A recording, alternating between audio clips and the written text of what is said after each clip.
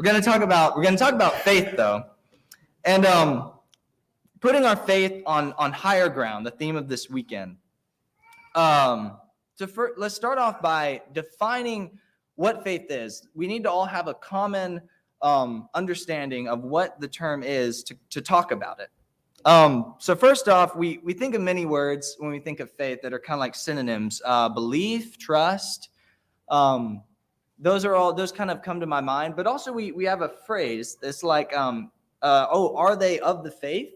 What kind of do we mean? Do they like go to church? Or what faith are you of? Like, are you like Presbyterian or what denomination? I want to speak for this first half of the lesson, that we kind of need to like toss that language aside.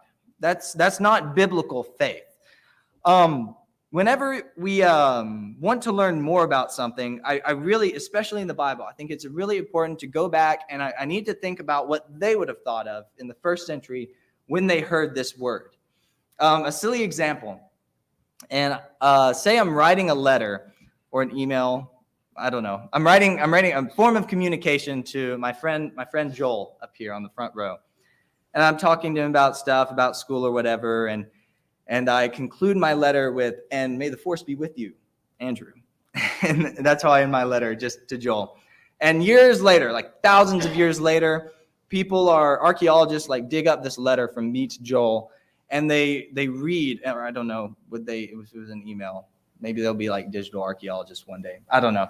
But they uncover this communication between me and Joel. And they read where I say to him at the end, may the force be with you. And they're like, oh, so he believes. They had some idea of like this non-physical thing that like is some force that is supposed to be with all of them.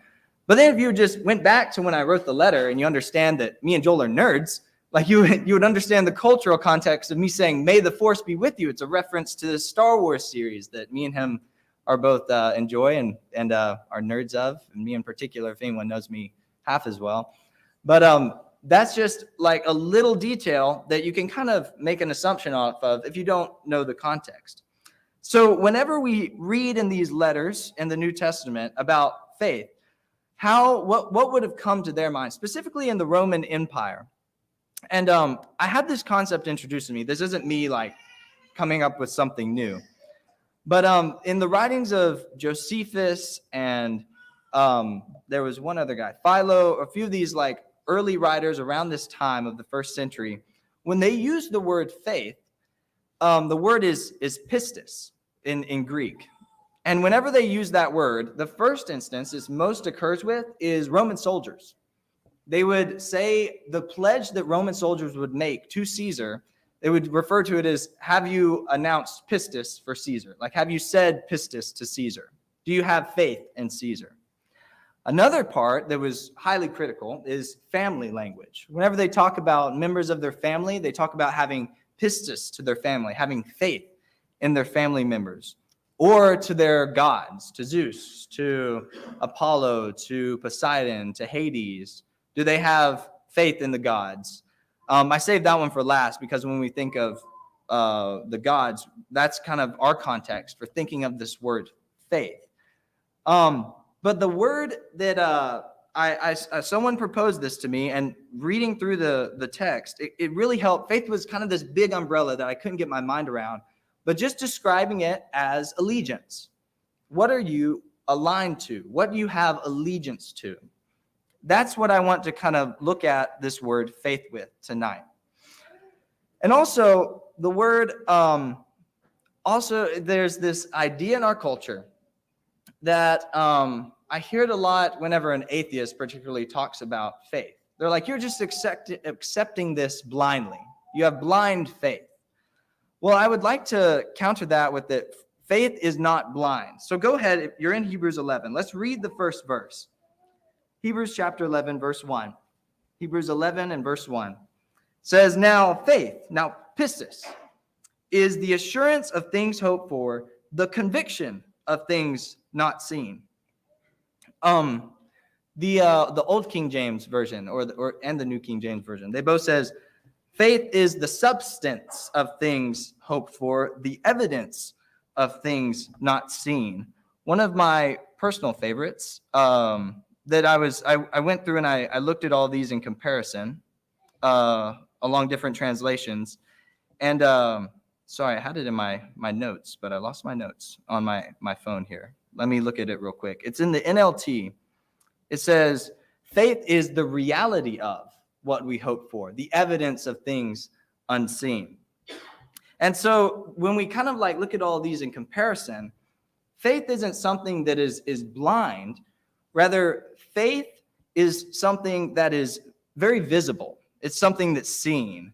So what is faith? First off, what faith is not. It's not a set system of beliefs or practices like that big umbrella. Are you of the faith? What faith are you of? It is not a blind leap. It's not an illogical jump to conclusions like just have faith kind of thing. What faith is faith is allegiance or loyalty to someone or something based on constancy. And no, I didn't mean to say consistency. Constancy is a word, but sorry, that was a thing. Sorry, that I wrote that down in my notes, but I meant to change it to consistency. But constancy is a word. I promise. Look it up. Let me repeat that again. Faith is allegiance or loyalty to someone or something based on their consistency. So the theme of this weekend, putting our faith on higher ground. How do we build our faith up? Because I was gonna like maybe break down the word, like keep looking at it in different examples. But I was like, oh, that's it. How do we learn to have allegiance to our God? How do we learn to have faith in his consistency? But you have to look at all these different stories in the Old Testament of characters who were so aligned with him that it repeated their like God was just a trustworthy rock that they relied on. And then I started thinking of all these examples, and I was like, man, I'm not going to have time because what will I say? Time would like fail me if I were to tell of Gideon, of Barak, of Samson, of Jephthah, of David, of Samuel and the prophets, who through faith conquered kingdoms, enforced justice, obtained promises, stopped the mouths of lions. I won't go on, but I just started reading in chapter 11. That's the exact logic of the Hebrew writer here. He's trying to encourage the Hebrews that he's writing to stay aligned to God, to have allegiance to the Lord alone, to King Jesus. And he goes on and immediately lists all these different characters in chapter 11. And I just, it was a mistake of mine. I thought it was like this real original idea for a sermon. I was just outdone by 2,000 years by the Hebrew writer. But I want to go through and just let's think about each of these characters and see what they have in common. It's like right here at the beginning. It doesn't even talk about a certain character. He makes his argument from the creation itself. Look at verse 3. Hebrews chapter 11, hop back to verse 3. He says, by faith we understand that the universe, the entire creation, it was created by the word of God, so that what is seen is not made out of things that are visible. So here the Hebrew writer just wants to first open them up to just look around. Like you already have allegiance to God. The fact that you have breath in your nostrils, the fact that the world functions as it does is a testament to that it had to come from someone, something. And then he goes on, he says, verse 4, by faith Abel offered up to God a more acceptable sacrifice than Cain, through which he was commended as righteous, and God commended him by accepting his gifts. And through faith, though he died, he still speaks. By faith Enoch, when he was taken up, so that he should not see death, and he was not found because God had taken him. Now, before he was taken up, he was commended as having pleased God. And without faith it is impossible to please him, for whoever would draw near to God must believe that he exists to those who seek him. Now by faith Noah, being warned by God concerning events yet unseen, in reverent fear constructed an ark for the saving of his household. And by this he condemned the world and became an heir of the righteousness that comes by faith. All of these people were called by God to do something in a time when it would be not illogical, but it would be scary for them to do this great thing. And all of them stayed true and loyal to God, had allegiance to God. And then through that, it said there at the end, speaking of Noah, he says he became an heir to the righteousness that comes by faith. See, righteousness comes by us being aligned and loyal to God alone. But as he goes through the rest of this chapter, he then talks about Abraham and how he left the land of his fathers and he went out on his own and he went to the promised land. And like it says back there in Genesis, he believed God and it was counted him as righteousness. His belief, his trust, his loyalty, his allegiance to God is what counted him as righteousness. And then we'll go to verse 13, and then we'll move on. We're going to hop to the end of the chapter. I won't go through every single character.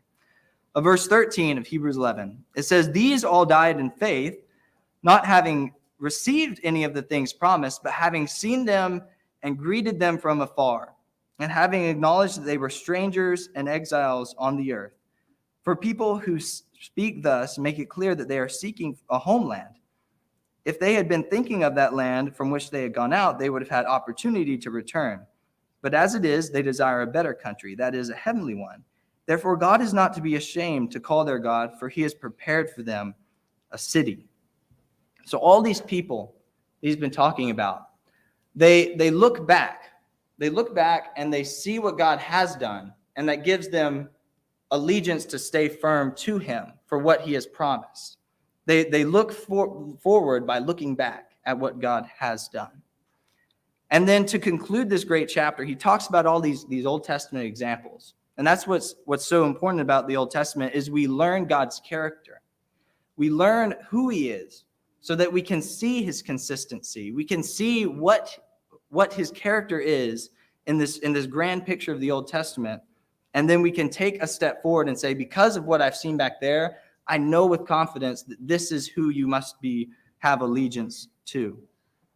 And then in chapter 12, he brings it home with talking about all these different ones and all these different examples. And they were stoned, they were sawn in two, they were killed with the sword. And he says the world was not worthy of them. All these, this is the end of chapter 11, verse 39. All these, though commended through their faith, they were commended. They were validated through their allegiance to God.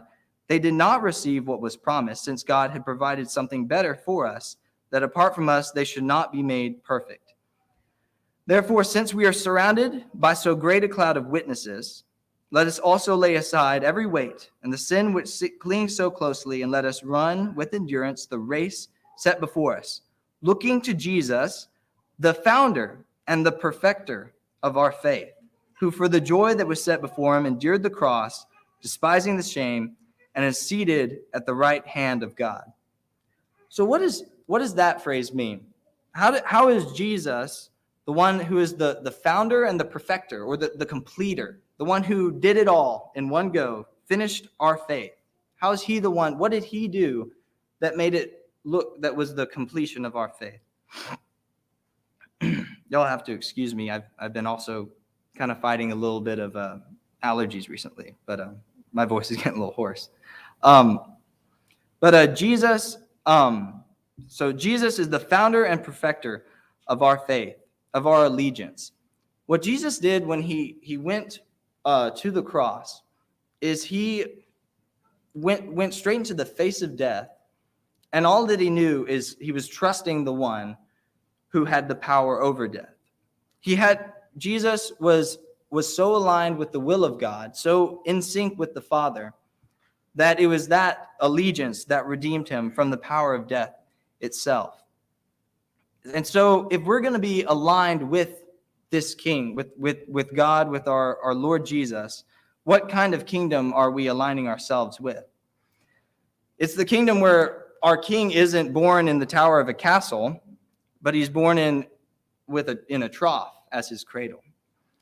It's a king that didn't have a royal coronation, but he had a criminal crucifixion. And a king usually has an army of soldiers that go out to fight and do his will, but our King has an army of martyrs who die instead of live for him.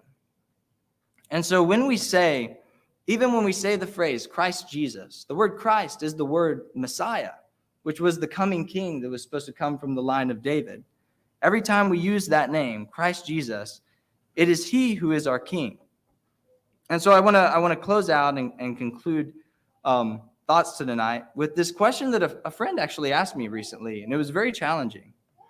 He said, "What are you doing in your life right now that is requiring you to live by faith or to live into allegiance with God?" And that one really hit me square between the eyes, because what all of these characters did in Hebrews chapter 11 is they did something that was uncomfortable. They did something that took them out of what was familiar to them and put them into a place where they just had to have allegiance, to have faith, to trust in the one who is trustworthy. And that means they had to empty themselves and step forward into something unknown. And so that's the question I want to leave you with. And let's jump back to what people in their culture had allegiance to, what the words they used. We'll reflect on it real quick. There was the Roman soldiers who said they had faith in the King Caesar. They had allegiance to Caesar, or it was allegiance to your family, like the relationship there, or you had allegiance to the gods and the false gods of the Romans. Those three things. We'll summarize it with country, family, and then the gods are really ideas of sorts. They're just idolatry. It's unordering the hierarchy of where God should be. God should be on the throne, but idolatry is putting something above God. So those three things are ideas, families, and the country. Are those reigning in our life? Do we have more allegiance to those things than to God? I mean, putting it frankly, we're coming up on an election year, and that's going to be a big unveiling of people's hearts. Are you more worried about what side's in control, or are you trusting in the one who's actually the king of the earth, King Jesus, the one who already sits on the throne? With family, I know for me, being down here at this school, the social circles can kind of become this battlefield of trying to do the next fun thing and letting that distract you. And are you letting your relationships in your life be a thing that distracts you from what should be on the highest place, what we should have our true allegiance to? And whenever those things come into conflict, you need to take a moment and notice, where does my heart lie in those conflicts? And then lastly, the gods of Rome. They had Aphrodite was the goddess of love. They had Mars was the god of war and power. Hades was the god of death.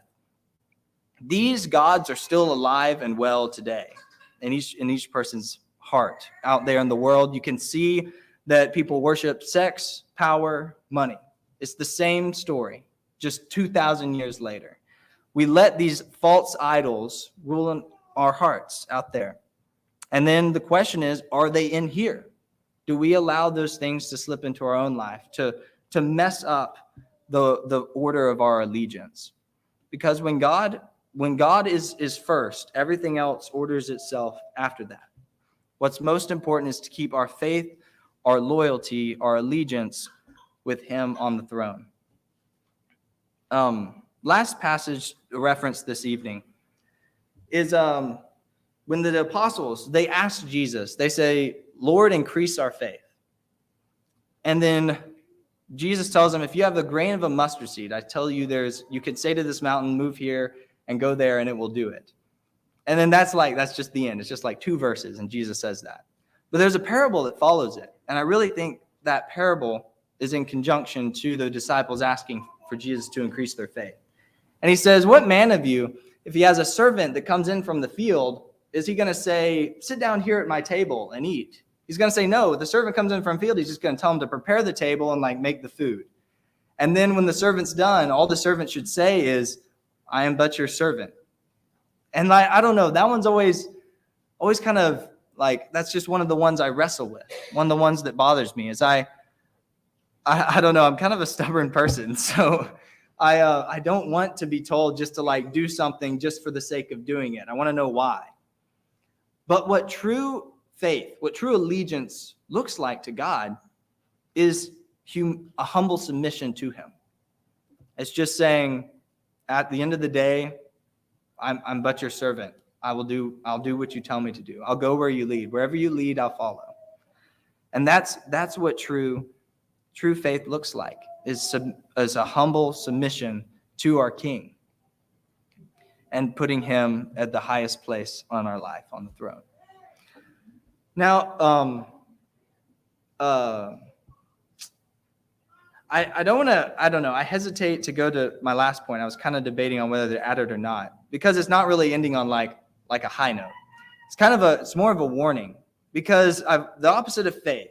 What's the opposite of faith? One might say doubt. Faith and doubt, kind of conjunction with each other.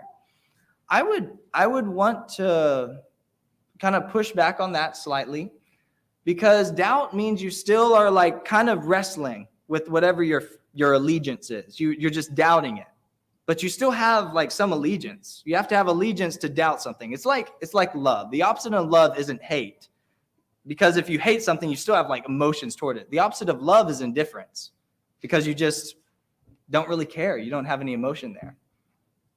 What the opposite of faith is not doubt, but it's fear. To fear something more than the thing you have faith or allegiance to is to say, I think this thing has more power over that. And if you took all of these stories in Hebrews 11 and you looked at the characters there, and if each one of them had acted on fear instead of faith, we would have completely different stories. And then I think about at the very end of scriptures, whenever it has a list in Revelation 21:8 of the people that are going to go into the eternal fire, first one on that list, we always think of, when I was growing up, it was always liars. You always thought of liars go to hell. The very first ones listed on that list are cowards. That's because people who are cowards are people who are not of faith. It's people who don't act in allegiance to God, because having faith, aligning yourself with God, putting all of your trust in him will call you to do things that are scary. But there is no other rock but our rock. There's nothing else that you can stand on that's trustworthy, and that is faithful. Even when we are faithless, he is faithful. And so that's the last bit that I want to leave everyone with tonight. Have more faith than you do fear. And you have to trust fully in him and put him on the throne of your life. Whenever we doubt, doubt isn't sin, but you can't stay in doubt. The point is always to push past doubt and wrestle with it and trust in the one who rules over all. But go forth from here whenever we head back out there into the world, a world where we're surrounded by false idols. We're surrounded by people who are putting their allegiance in things that are going to fail. Always put your allegiance in the one, not the thing, but the one who has never failed. Let these stories of these ones of old, the cloud of witnesses that surround us, be a witness to us, to push us forward into greater faith and allegiance to our God. If there's anyone here tonight who hasn't made that great pledge to the Lord, who hasn't given their allegiance to him, announced him, our Jesus, as the Son of God, and been baptized into him, we ask that you please come forward tonight and put yourself in the trust of the one who is the only one who is trustworthy, who is faithful. Or if there's someone here tonight who you recognize that I have let the idolatry of this world mix up the order in my life. There's something that is hindering me from putting God on the highest place. Like, please come forward and we'll pray for you, we'll surround you, we'll support you. But if there's anyone who needs to respond to the call this evening, will you please come forward as we stand and as we sing.